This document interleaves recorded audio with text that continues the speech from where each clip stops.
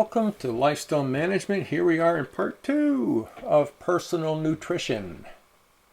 Now we're going to look at how to read and understand nutritional labels that are on all food products. Now we often see these labels when we shop. However, do you really read them and really understand what they mean to us? Well, we're going to look at also the review of dietary styles and food and safety issues of importance to our own health and wellness. So let's get right into this right away. Okay, let's begin with focusing on Canada's nutritional labeling.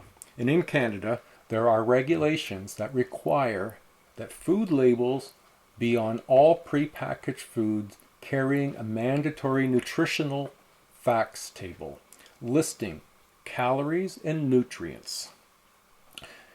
The question is, do we really know what it means? And what should I be looking for on nutritional labels? I would really suggest next time you go grocery shopping, look at the labels and compare. There are some regulations on how labels are to be, what information is on them, what does it mean to me. The nutritional fact table will show calories, the amount of fat, including saturated, trans fats, cholesterol, sodium, carbohydrates, fiber, sugar, protein, calcium, iron, vitamin A and C, and based on specific amounts of food. So let's look at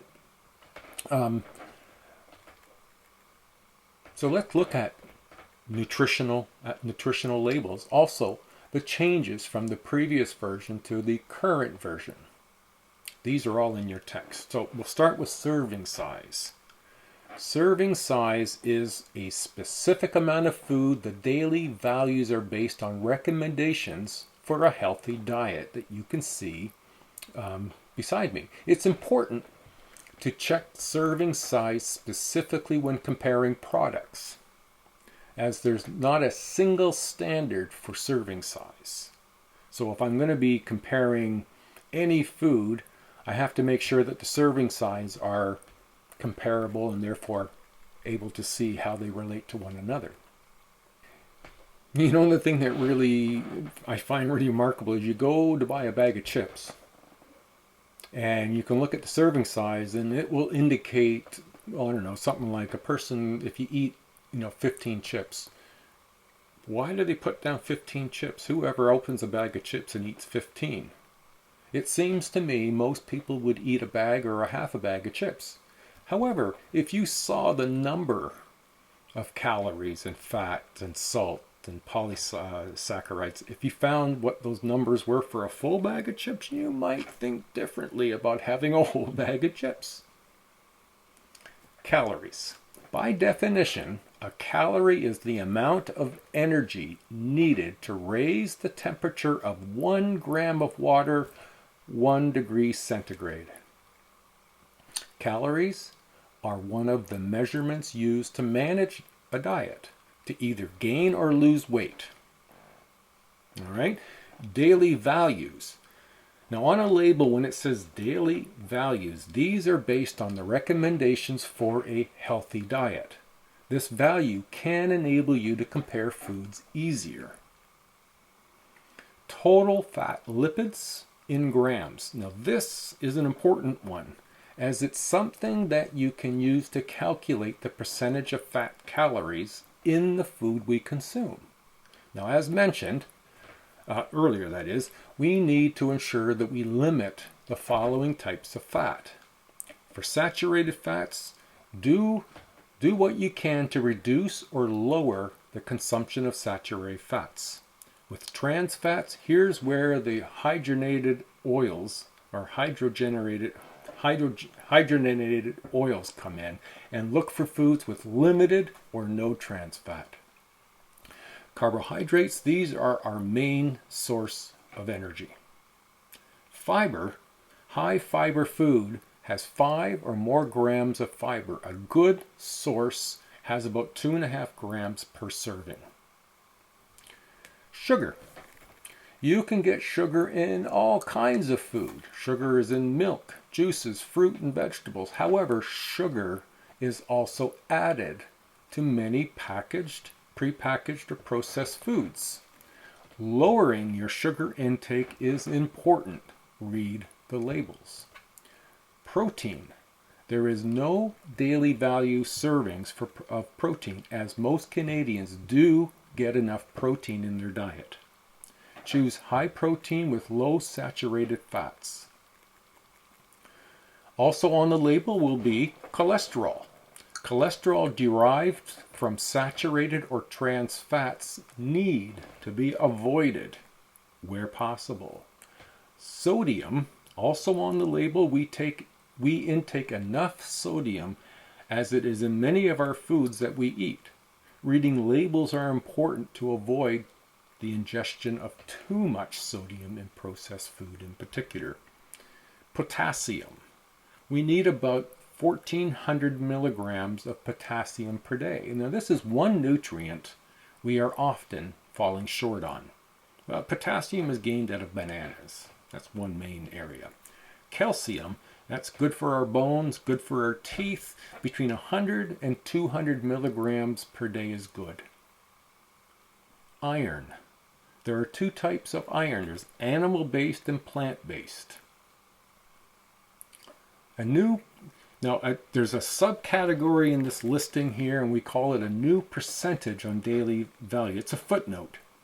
And this footnote is aimed at giving a basic perspective about sugar and sodium amount.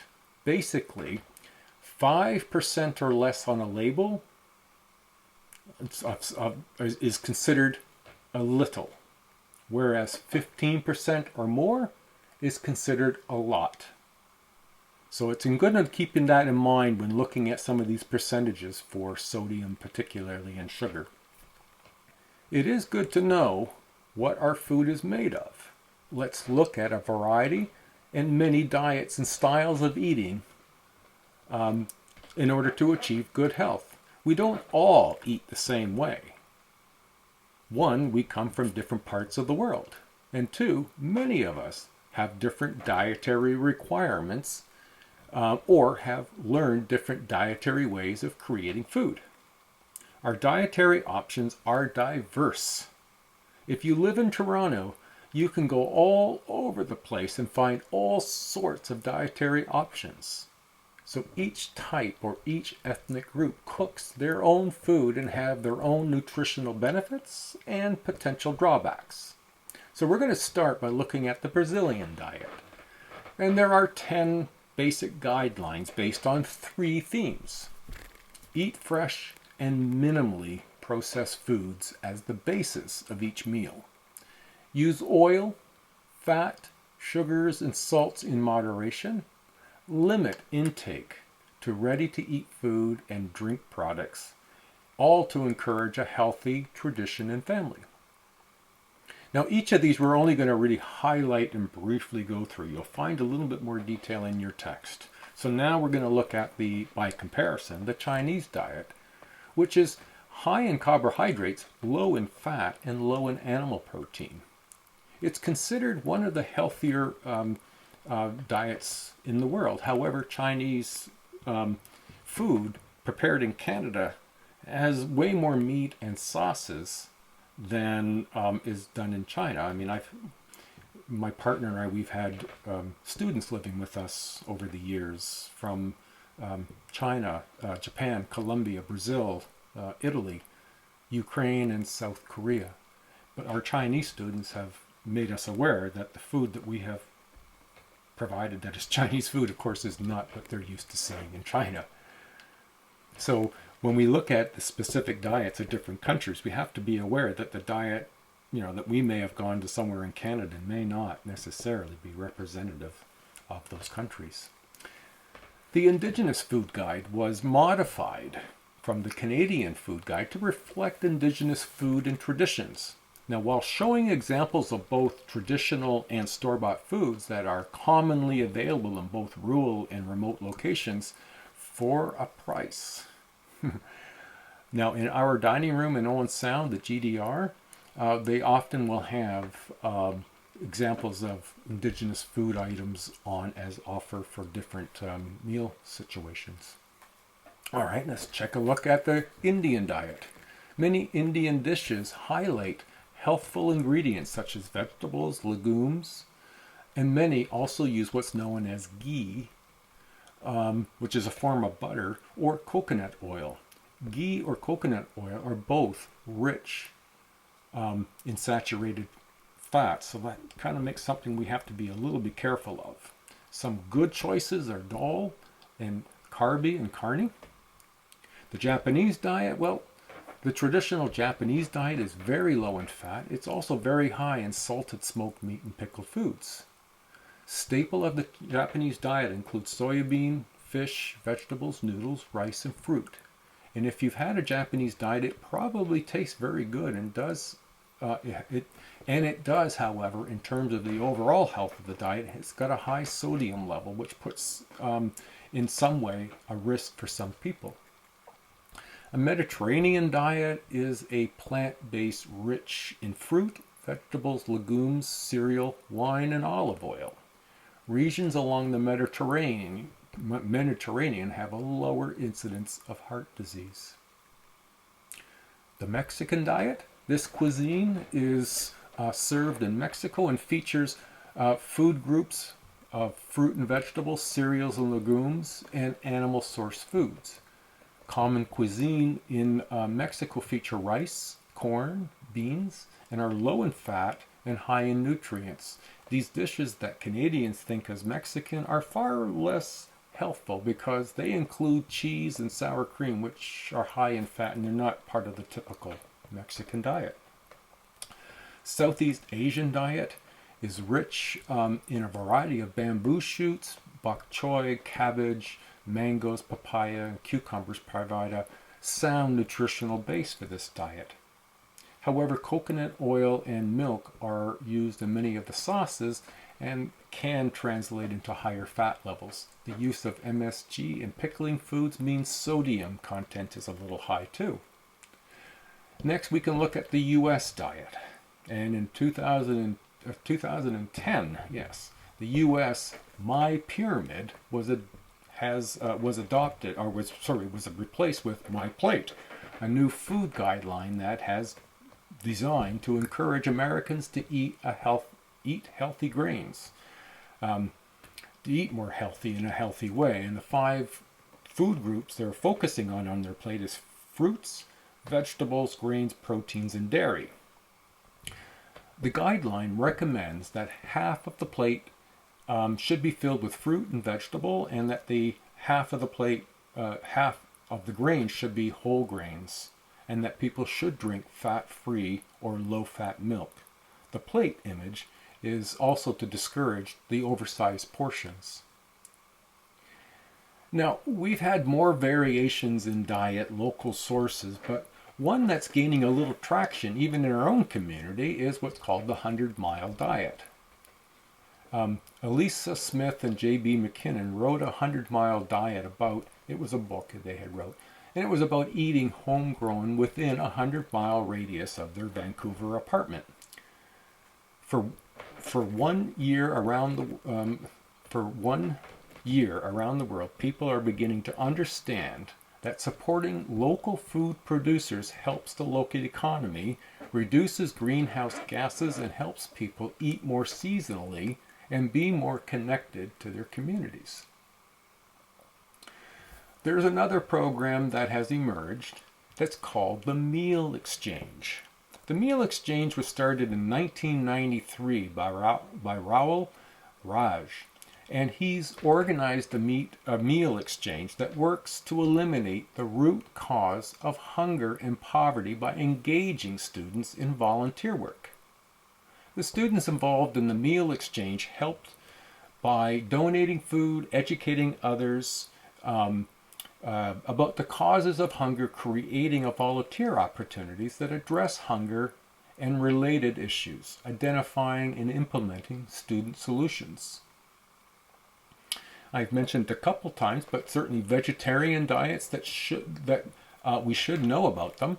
And what should we know? Are they safe? Well, some people are already very vegan or vegetarian, are thinking about it. About 6.4% of the college and university students have chosen to eliminate meat from their diet. There are other variations of vegetarianism, including vegan, lacto-vegetarian, lacto-ovo-pesco vegetarian. You'll find these definitions in your textbook. A vegetarian diet has proven health benefits. Vegetarian cholesterol levels are low. They also seldom are overweight. They are less likely to have heart disease and have lower incidence of breast, colon, and prostate cancers, high blood pressure, and osteoporosis. Vegetarians should pay special attention to ensuring they get enough protein, iron, and vitamin B12, calcium, and vitamin D. Now, no doubt, fast food may still be in your consideration for diets. Nutrition on the run, as it were. Some fast food restaurants now will offer healthier foods, but there's still many problems with fast food. Many fast food meals give you half your daily energy requirements, but only 1/4 of your daily vitamin and mineral requirements. Almost half of the calories in typical fast food meal come from fat. That's outrageous. It tastes good, no doubt. I get it. However, not healthy. Recommended sodium intake is 2,000 milligrams a day. A typical fast food meal gives you 1,500 milligrams a day.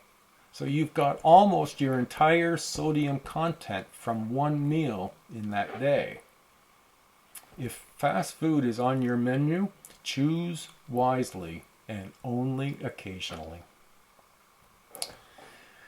Let's move into campus cuisine or the cafeteria. Healthy food choices can sometimes be a challenge. In college and universities where cafeteria and food outlets can be suspect at times, two top influences on food choices are price and convenience. Food options have been shifting in recent years to more healthy options.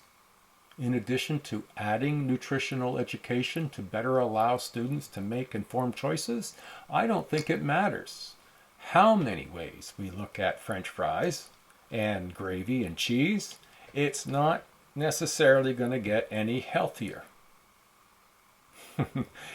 Ethnic choices, vegetarian and vegan options are also being made available for many students on many campuses now. So that's been a starting review of eating healthy. So next we're going to touch on a very important topic, food safety and genetic engineering, and what will we consider. The majority of pesticides that we consume are natural and not added by farmers or food processors. Commercial pesticides have billions of dollars of value to crops, but they also endanger human health and life. Many new terms are being introduced to consumers regarding food safety, such as organic or irradiation and GMOs, which is genetically modified organisms. Concerns from consumers and environmental groups around the world about the potential hazards of GMOs have resulted in mandatory labeling of such foods in a number of countries. However, as of yet, Canada is not requiring the labeling of GMO foods. So as a consumer, we do not know if the food that we are purchasing and eating have been modified, and that might be an issue for some. Additives, the risk versus the benefits. Additives provide numerous benefits. However, some additives may pose a risk to eaters. Additives like nitrates that are found in bacon, sausages, and luncheon meats may enhance the look, or the life of the food, but there are other restrictions that create health risks for us. Poisoning is a risk in some foods. What causes poisoning? Well, salmonella, for example, is a bacterium that contaminates many foods. Eating contaminated foods which results in diarrhea and vomiting. If you've ever had salmonella, you probably would not highly recommend it. Campylobacter jejuni is another bacteria which is found in milk, water, and some foods, and it causes severe diarrhea and has been implicated in the growth of stomach ulcers. All fresh food needs to be maintained, and it's important, for our own intake for that to be the case. Bacteria can also cause illness by producing toxins in the food. Staphylococcus aureus is one of the most common culprits. Botulism has caused by the cluster of Clostridium botulism. An important home canning procedure that is the most common cause, which is not sealing the processed food that we produced in the cans very clearly and very tightly ourselves. Food allergies. We have all sorts of them, whether it's cow milk, eggs, seafood, wheat, soybean, nuts, seeds, chocolate. We have all sorts and have been identified with some common triggers for food allergies. Symptoms can include sneezing, vomiting, diarrhea, headaches, dizziness, hives, rapid heartbeat, and symptoms may not develop for 72 hours, making it difficult to pinpoint which food is responsible. We really, really need to watch out for what we eat. Be conscious and thoughtful about what we eat. Enable us to be the best and healthy and stay healthy and be successful. All right. I hope this has been helpful. We have just completed personal nutrition, and next week, picking up on chapter 6, managing your weight. Good luck, everybody, and we'll see you next week. Bye now.